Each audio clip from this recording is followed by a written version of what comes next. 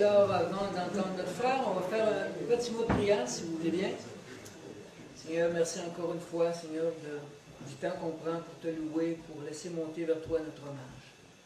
Et merci encore une fois ce matin, Seigneur, pour ta parole que tu nous as laissée. Merci pour ce frère qui nous visite.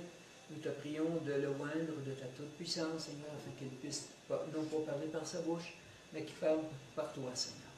Alors, nous voulons te demander que nous soyons des auditeurs attentifs à tout ce qu'on va recevoir ce matin. Amen. Amen.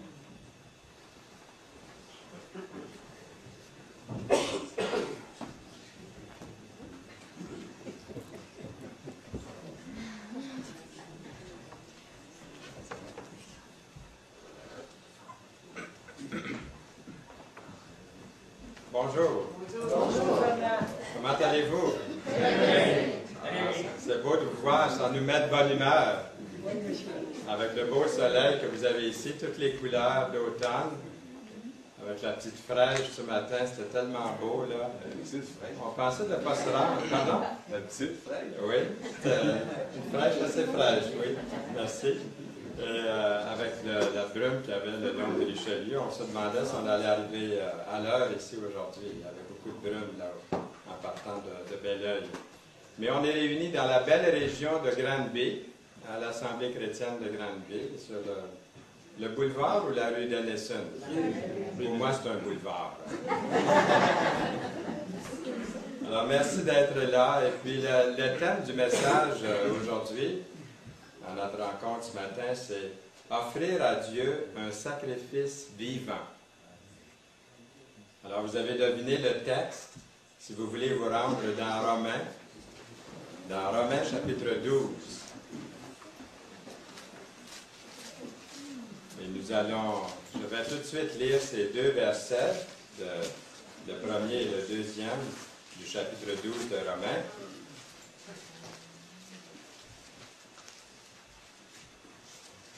C'est l'apôtre Paul qui écrit « Je vous exhorte donc, frères, par les compassions de Dieu, à offrir vos corps comme un sacrifice vivant, saint, agréable à Dieu, ce qui sera de votre part un culte raisonnable. Ne vous conformez pas au siècle présent, mais soyez transformés par le renouvellement de l'intelligence, afin que vous discerniez quelle est la volonté de Dieu, ce qui est bon, agréable et parfait. » Il m'arrive de temps en temps de vous parler d'un jeune garçon nommé John. Vous allez deviner à mesure que j'en parle de qui je veux parler. Il a eu une enfance, on pourrait dire, pour le moins turbulente, et ça se passe il y a 250 ans. Sa mère est morte quand il avait seulement 6 ans. John a été mis aux soins d'un parent non-croyant qui se moquait bien de l'enseignement que sa mère lui avait inculqué au sujet de Dieu puis de la parole de Dieu, la Bible. Ses premières années étaient des années de rébellion puis de débauche. John a abandonné l'école à l'âge de 11 ans et a commencé à travailler sur un bateau comme marin. Déjà, il y en a qui devinent peut-être de qui je veux parler. Il est devenu impliqué dans l'odieux commerce d'esclaves, rassemblant hommes, femmes et enfants de la côte ouest africaine. Pendant un voyage de retour en Angleterre en 1748, deux choses ont changé sa vie pour toujours. La première, il a commencé à lire le livre « Imitation du Christ » par Thomas Kempis, qui a vécu au 15e siècle. Et la deuxième chose, un orage violent dans l'Atlantique Nord qui lui a presque fait couler son bateau. John s'est vu comme Jonas dans le grand poisson. Je n'ai pas dit dans la baleine, hein, c'est dans le grand poisson que la Bible nous dit. Vous avez deviné son nom? John Newton. S'est tourné vers Dieu et vers la foi dans le Seigneur Jésus-Christ. Par la suite, il étudie la Bible et devint pour les 43 prochaines années un prédicateur de l'Évangile. Influencé par le ministère de John et de Charles Wesley, John Newton a aussi joué un rôle significatif pour enrayer l'esclavage dans sa mère patrie.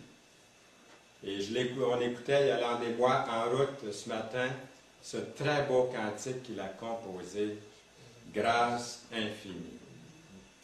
C'est devenu le thème dominant de toutes ses prédications.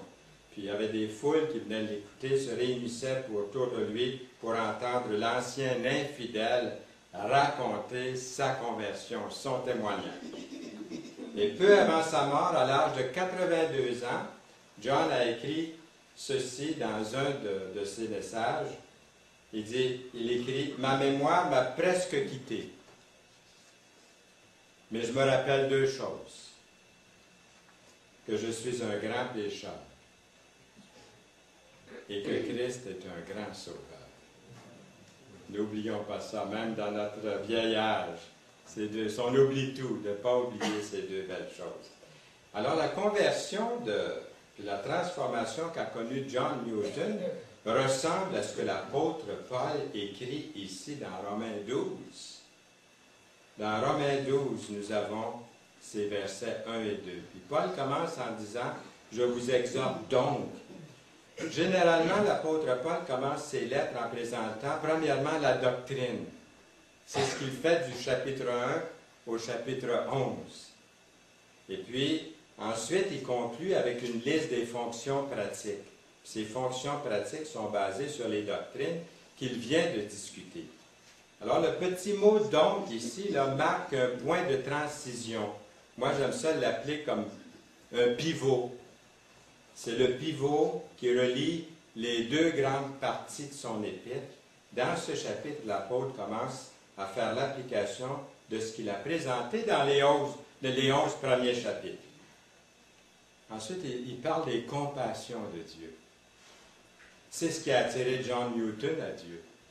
Ce sont les compassions de Dieu, c'est-à-dire à la lumière de l'amour, comme on a vu ce matin pendant la première réunion ici, on a parlé de l'amour, on a parlé de la compassion, de la miséricorde de Dieu, c'est ce qu'il décrit dans les chapitres 1 à 11 de Romains. Donc, nous les chrétiens sauvés par sa grâce, à la lumière de la rédemption puis de notre réconciliation à Dieu, nous sommes exhortés à répondre correctement à ce grand Dieu d'amour. À répondre de notre gratitude profonde envers Dieu. Nous répondons non pas par le sacrifice d'un animal, comme c'était dans l'Ancien Testament pendant des siècles et des siècles et des siècles, mais en nous offrant nous-mêmes à Dieu. Un sacrifice vivant. L'animal sacrifié sur l'autel était déjà mort. Le problème, voyez-vous, avec un sacrifice vivant que nous sommes, c'est qu'il cherche toujours à sauter en bas de l'autel, parce qu'il est vivant. Nous péchons, et par l'intercession de la prière à Dieu, nous avons constamment besoin de remonter sur l'autel. C'est un sacrifice vivant que nous offrons, agréable à Dieu. Comment offrir à Dieu un sacrifice vivant, saint, agréable à Dieu? Selon le chapitre 13, c'est en étant soumis aux autorités, les versets 1 à 7. Soumis aux autorités. Bien ça, c'est comme être saint, agréable à Dieu. Soumis aux autorités. Et aussi, s'aimant les uns les autres, les versets 8 à 10. Et selon le chapitre 14, c'est en s'acceptant, c'est en acceptant les uns les autres, en s'acceptant, mais aussi en acceptant les autres, même si nos pratiques individuelles, ceux des autres qui nous entourent, ne sont pas toujours tout à fait identiques. Et selon le chapitre 12, Paul discute de plusieurs façons d'offrir à Dieu un sacrifice vivant. J'aimerais en mentionner rapidement 6. Premièrement, un sacrifice vivant ne se conforme pas au monde, mais plutôt est transformé. Il dit, ne vous conformez pas au siècle présent, verset 2. Trouvez-vous que ce monde dans lequel vous vivez, dans lequel nous vivons, a un niveau bien différent de vos valeurs individuelles? Est-ce que vous trouvez ça aussi? Que les valeurs du monde sont différentes des miennes. Et c'est pas pour rien que c'est comme ça. C'est pas pour se vanter. C'est parce que le Seigneur vit en nous. Nos valeurs sont différentes. Le monde dit, si tu te sens bien là-dedans, ben fais-le. Avez-vous déjà entendu ça? Oui. Si ton cœur est correct là-dedans, là, envoie fort mon gars, ma fille, donne-y, là, t'es correct. Ça ne peut pas être mauvais si tu te sens bien là-dedans, ils disent. J'ai même entendu des chrétiens des fois parler comme ça. Parce que le péché procure une grande satisfaction. On ne peut pas le nier. Le péché peut donner une grande satisfaction. Donc, ça ne peut pas être mauvais. Ça doit être correct, puisque c'est bon. Ça, c'est la philosophie, la pensée du monde. Ce n'est pas basé sur l'Écriture. Il existera toujours des pressions de se conformer au monde. Dans Jean 17, versets 15 et 16, Jésus prie, « Je ne te prie pas de les ôter du monde. » Qu'est-ce qu'il dit ensuite? « Mais de les préserver du mal. » Ils ne sont pas du monde, prie Jésus. Comme moi, je ne suis pas du monde, continue de prier Jésus. Presque partout, on ressent la pression de se conformer au monde. À la radio, à la télévision, dans les films, dans les chansons. Presque partout, on sent cette pression. Si vous êtes parent, je sais qu'il y en a ici qui ont des jeunes enfants, vous êtes parents de jeunes enfants, vous vous faites sûrement quelquefois du souci concernant leur désir de se conformer au monde. On a eu des enfants aussi chez nous. On est passé par là. Alors, je peux comprendre un peu. Il y avait ce désir, à un moment donné, pour eux de se conformer à leurs amis. C'est tellement important de faire partie du groupe. L'habillement, le mauvais langage, les mauvais comportements. Je crois que nous ne voulons pas que nos enfants se conforment à tout ce que le monde a à offrir, mais nous voulons surtout qu'ils soient transformés. Qu'ils soient transformés. C'est pas facile, c'est pas évident. Lors d'un mariage, il y a quelques années, plusieurs années même, j'ai célébré un mariage à Montréal. Et puis, c'était, je ne sais pas s'il y en a qui se souviennent de la Grande Maison à Laval. Bill Walletowski était là. Il y en a qui font signe que oui, ils se souviennent de cette époque. Et puis, à la réception, j'étais assis devant un jeune homme qui paraissait très bien, il était grand, costaud, bien bâti. Il était juste assis devant nous à la réception. Et puis, il était nouvellement converti au Seigneur Jésus-Christ. Et puis, durant la réception, on a commencé à parler ensemble. Puis, il m'a dit, Monsieur Saint-Louis, il dit, vous êtes pasteur, vous êtes évangéliste, tout ça. Il dit, j'aurais des questions à vous poser. Il dit, depuis ma conversion, il dit, est-ce que c'est normal? Il dit, on dirait que le Seigneur me dit de ne plus faire le travail que je fais. Avant ça, je n'étais pas préoccupé de ça. Mais j'ai dit, qu'est-ce que vous faites comme travail? Il dit, je suis danseur à gogo dans une boîte de nuit. Nouvellement converti, je n'ai pas eu besoin de lui donner tout un discours. Hein? J'ai dit, est-ce que le Saint-Esprit ne parle pas? Il dit, oui, il parle très, très fort. Écoute l'Esprit en toi. Tu es un homme transformé. Tu as une nouvelle vie. Tu es transformé. Ça arrive, certains qui se disent chrétiens, puis ils se sont tranquillement conformés au monde. Ça, c'est triste. Qu'est-ce que c'est qui arrive avec l'Esprit qui leur parle? Et souvent, d'autres, à cause de l'Esprit qui est en eux, vont revenir aussi. Et ça, c'est une grande paix. La Bible nous dit, ne vous conformez pas au siècle présent, mais soyez transformés par le renouvellement de l'intelligence. Romains 12:2. La traduction française, soyez transformés, est du verbe grec, le mot transformer, qui veut dire en grec métamorphomai. Vous avez reconnu le mot que nous avons en français, nous avons notre mot français, métamorphose. C'est le mot transformer ici. du mot grec que Paul emploie dans le verset 2. Et on pourrait parler aussi de certains synonymes comme conversion, altération, changement, modification, mais surtout le mot transformation nous donne ce mot métamorphoser. On peut dresser un rapport ici avec la manière dont la chenille, la chenille qui est toute laide, toute plissée, là, toute, et puis elle se débarrasse de sa peau toute froissée, de sa chrysalide, pour devenir un beau et resplendissant papillon. C'est pas beau? Vous avez vu des beaux papillons?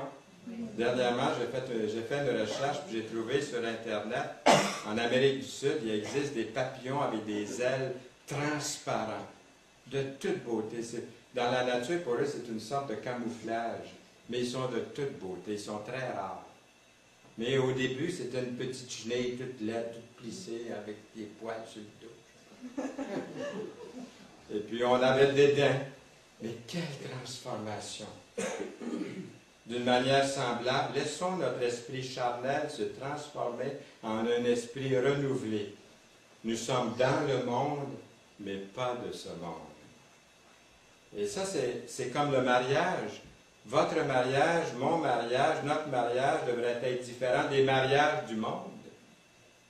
On peut dire la même chose de nos familles. Nos familles devraient être des familles différentes des familles de nos voisins du monde. Notre présence à l'école, ça devrait être différent aussi. Au travail, la même chose. Lorsque nous ne nous conformons pas au monde, mais plutôt que nous sommes transformés à l'image du Christ, alors nous offrons à Dieu un sacrifice vivant. C'est ça un sacrifice vivant. C'est ça, un sacrifice vivant. Un tel sacrifice est agréable à Dieu. Deuxièmement, un sacrifice vivant est attiré par ce qui est humble. Le verset 16. Un chrétien dont l'esprit est transformé n'aura pas de lui-même une trop haute opinion. Verset 3. L'orgueil et l'arrogance ne sont pas des traits d'un esprit renouvelé ou compatible avec un sacrifice vivant. Le Proverbe 16-18 dit « L'arrogance précède la ruine et l'orgueil précède la chute. » Vous avez sûrement entendu parler de C.S. Lewis, Clive Staples Lewis, son nom au complet, qui est né à Belfast, en Irlande, en 1898, et qui est décédé à Oxford, en Angleterre, en 1963. Il a écrit près d'une quarantaine d'ouvrages, dont le plus célèbre est The Screwtape Letters. Pour ceux qui lisent l'anglais, ça a été traduit dans plusieurs langues. Une vingtaine sont traduits en français. Puis lui, il avait l'habitude de dire que l'orgueil est le pire des péchés. C.S. Lewis a dit que l'orgueil, c'est l'état d'esprit entièrement anti-Dieu. Je suis d'accord avec ça quand je pense au monde aujourd'hui. On est anti-Dieu. C'est l'orgueil qui fait que le monde est anti-Dieu. Lucifer a péché par orgueil, et puis le monde est empreint de ce péché. Vous connaissez la citation peut-être qui dit « La vanité est la seule maladie connue de l'homme qui rend tout le monde malade, excepté la personne concernée. » L'enfant de Dieu dont l'esprit est transformé sera attiré par ce qui est humble. Troisièmement, un sacrifice vivant se sert du don que Dieu lui a donné. Versets 4 à 8. Vous offrez un culte raisonnable à Dieu là, quand vous faites le bon usage du don que Dieu vous a donné. Ça devrait vous encourager, ça, ici, ce matin, ce point-là, le point numéro 3. Un sacrifice vivant se sert du don que Dieu lui a donné. Pour l'Église, pour le corps de Christ, qui est l'Église. Si on regarde ici le verset 6, nous avons une liste de dons spirituels. Il y en a 7 qui sont mentionnés. Ici, la prophétie, le ministère, l'enseignement, l'exhortation ou l'encouragement, la libéralité, la présidence, l'exercice de la miséricorde. Paul ici n'a pas énuméré tous les dons. Il y en a plus que ça, des dons que Dieu nous donne. D'autres dons additionnels sont mentionnés, par exemple, ailleurs dans 1 Corinthiens 12, puis aussi dans Éphésiens 4, on a d'autres dons qui sont mentionnés. Mais dans la liste qui nous concerne ici, que nous voyons, il y a seulement sept des dons là, que nous nommerions probablement un don miraculeux. Le don de prophétie pourrait être celui-là. Mais encore là, ce don pourrait être compris comme le don de prédication et non de prédiction. Mon point ici, c'est qu'un don ne doit pas être obligatoirement un don miraculeux pour se qualifier comme un don spirituel. Les dons sont fortement associés à l'Église. On les retrouve dans le corps du Christ, l'Église. Les dons de l'Esprit sont des ministères dans l'Église conçus pour favoriser le service chrétien, pour l'édification de l'Église vers l'amour et la maturité chrétienne. Et chaque chrétien dans l'Église, né de nouveau, a au moins un don. C'est marqué, nous avons des dons différents au verset 6. Il n'y a pas de chrétien sans don. Il y a seulement des chrétiens qui n'utilisent pas leurs dons. Les dons diffèrent d'une personne à l'autre. 1 Corinthiens 12, 11 et 18, on n'a pas le temps de lire tous ces versets-là. Il y a diversité d'individus, comme il y a diversité de dons, mais il y a une unité globale. Nous lisons dans 1 Corinthiens 12, 4, il y a diversité de dons, mais le même esprit. Il est écrit aussi dans le chapitre 12, verset 11 de 1 Corinthiens, « Un seul et même esprit opère toutes ces choses, les distribuant à chacun, en particulier, comme il veut. » Il est écrit aussi dans le verset 18 du même chapitre, « Dieu a placé chacun des membres dans le corps comme il a voulu. » Vous connaissez peut-être cette histoire amusante que j'aime beaucoup, c'est une illustration concernant l'habilité des animaux et qu'on apprend par les animaux et les insectes. Puis le Seigneur a utilisé ces illustrations-là d'animaux, d'insectes, de la nature pour nous faire comprendre des choses. Et j'aime beaucoup cette illustration. Je vais commencer en disant, « Il était une fois des animaux qui ont décidé qu'ils devraient faire quelque chose pour respecter l'habilité de chaque animal de la création. Alors, ils ont organisé une sorte d'école. Ils ont adopté un programme d'études comprenant la nage, la course, le saut en hauteur, planer, flotter dans l'air, voler, etc., etc.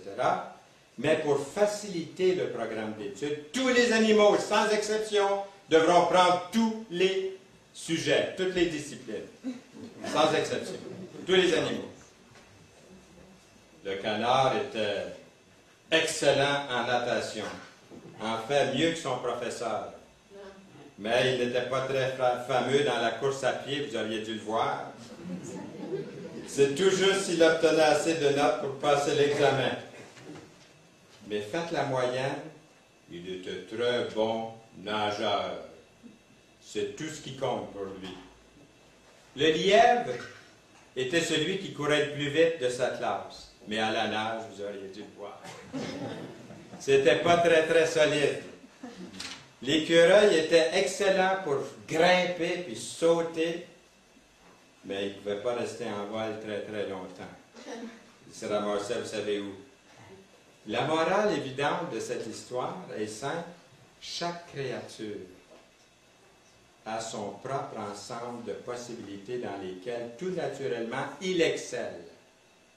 À moins qu'on s'attende à ce que tout le monde soit mis dans un même moule. Et là, ça ne fit plus.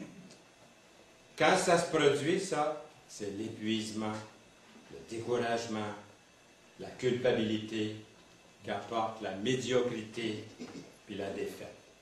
Un canard, c'est un canard. Et seulement un canard. Il est construit pour nager, pas pour grimper dans les arbres. Un écureuil est un écureuil et seulement un écureuil. Il peut facilement courir sur un fil ou grimper dans tous les sens, mais dans l'eau ou dans les airs, c'est pas un oiseau. Notre Miquette, notre petite chienne que nous avons chez nous, elle a 3 ans. Elle se prend pour des écureuils et pas des oiseaux. On a une clôture de 6 pieds. Elle arrive à peu près à 5 pieds et 11 pouces. L'écureuil passe sur la clôture en courant, voudrait bien le suivre. Hein? Une chose qu'elle fait, elle est capable d'aboyer. Elle avertit qu'il y a un écureuil ou qu'il y a quelqu'un autour de la maison. Mais à part de ça, c'est pas un écureuil. L'aigle est un très bel oiseau dans le ciel, mais pas très beau dans une course à pied. Le lièvre, lui, il va gagner presque chaque fois à la course, à moins que, tout naturellement, l'aigle le voit d'en haut et qu'il a faim. Ça va arrêter sa course. Et vous, au fond, c'est amusant, ces illustrations-là, mais ça nous enseigne tellement de choses. Ce qui est vrai des créatures dans la forêt est également vrai des chrétiens dans la grande famille de Dieu. Dieu ne nous a pas fait tous pareils, ce n'était pas son intention non plus. Vous avez un don spécial qui est nécessaire pour le fonctionnement approprié du corps de Christ, qui est l'Église, et lorsque vous servez Dieu dans l'exercice de votre don, pour utiliser les paroles du verset 1 du chapitre 12 de Romains, vous offrez votre corps comme un sacrifice vivant, saint, agréable à Dieu, ce qui est de votre part un culte raisonnable. Quatrièmement, un sacrifice vivant est l'expression d'une vie exemplaire. Les versets 9 à 16. En commençant avec le verset 9 jusqu'à la fin du chapitre, nous trouvons un bon nombre d'impératifs qui sont ficelés ensemble, je dirais, comme un beau collier de perles. Chaque action est une façon additionnelle d'offrir à Dieu notre corps comme un sacrifice vivant, saint, agréable à Dieu. Chaque activité et chaque contribution est une manière additionnelle entre les mains de Dieu, comme dit le texte, pour nous transformer par le renouvellement de l'intelligence.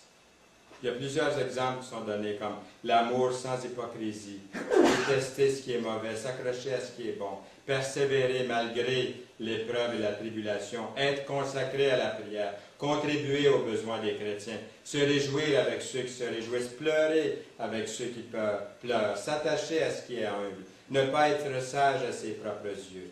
Nous lisons dans Ecclésiaste 7, verset 16, « Ne sois pas juste à l'excès, et ne te montre pas trop sage.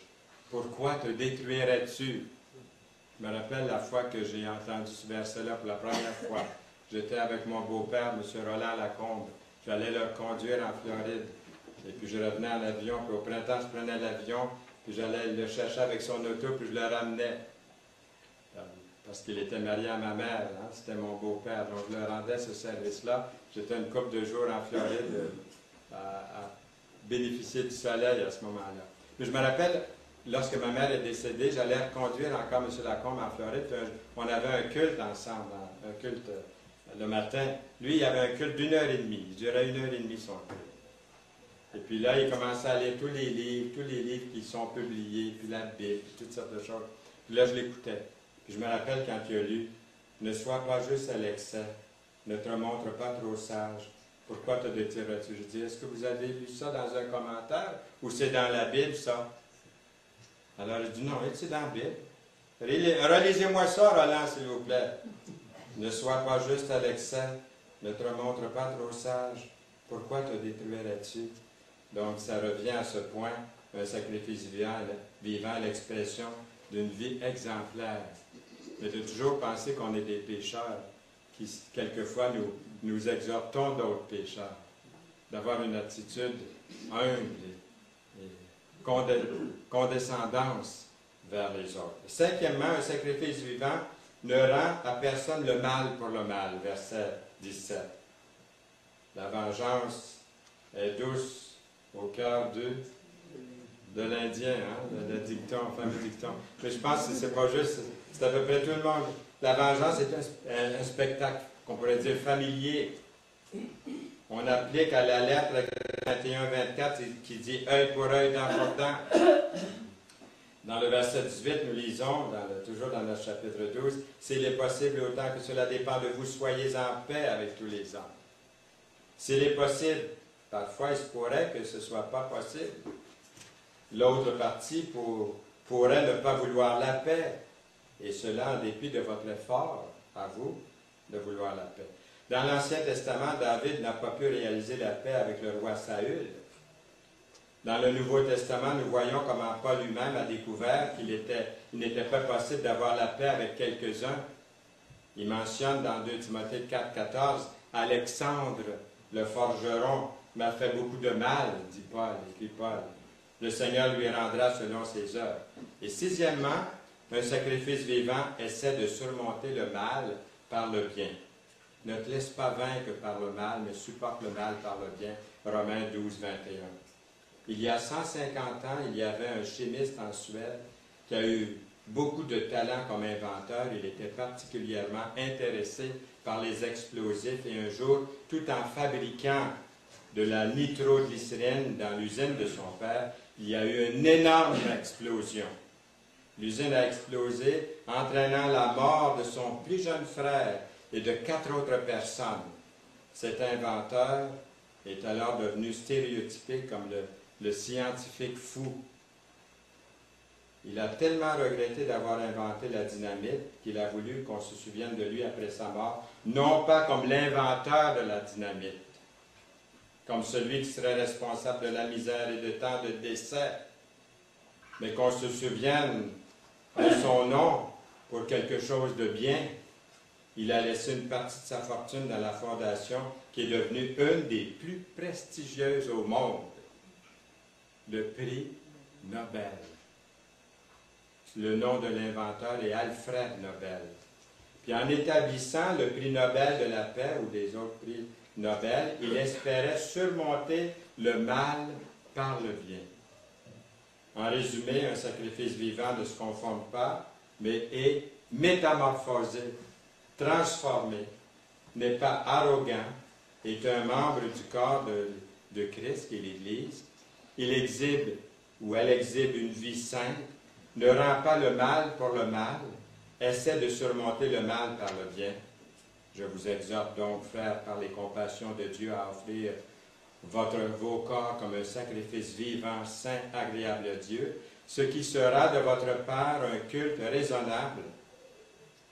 Est-ce que la compassion de Dieu pour vous fait une différence dans votre vie? Répondez-vous à vous-même. Est-ce que la compassion de Dieu fait une différence dans ma vie? Aucune personne n'est si pécheresse que la grâce de Dieu ne puisse lui pardonner. Aucune vie n'est si perdue que la puissance de Dieu ne puisse la transformer. Amen. Amen. Seigneur, merci pour ta parole. Merci pour ces versets que nous avons lus. Et merci pour ta bénédiction sur chacun de nous. Au nom précieux de Jésus-Christ.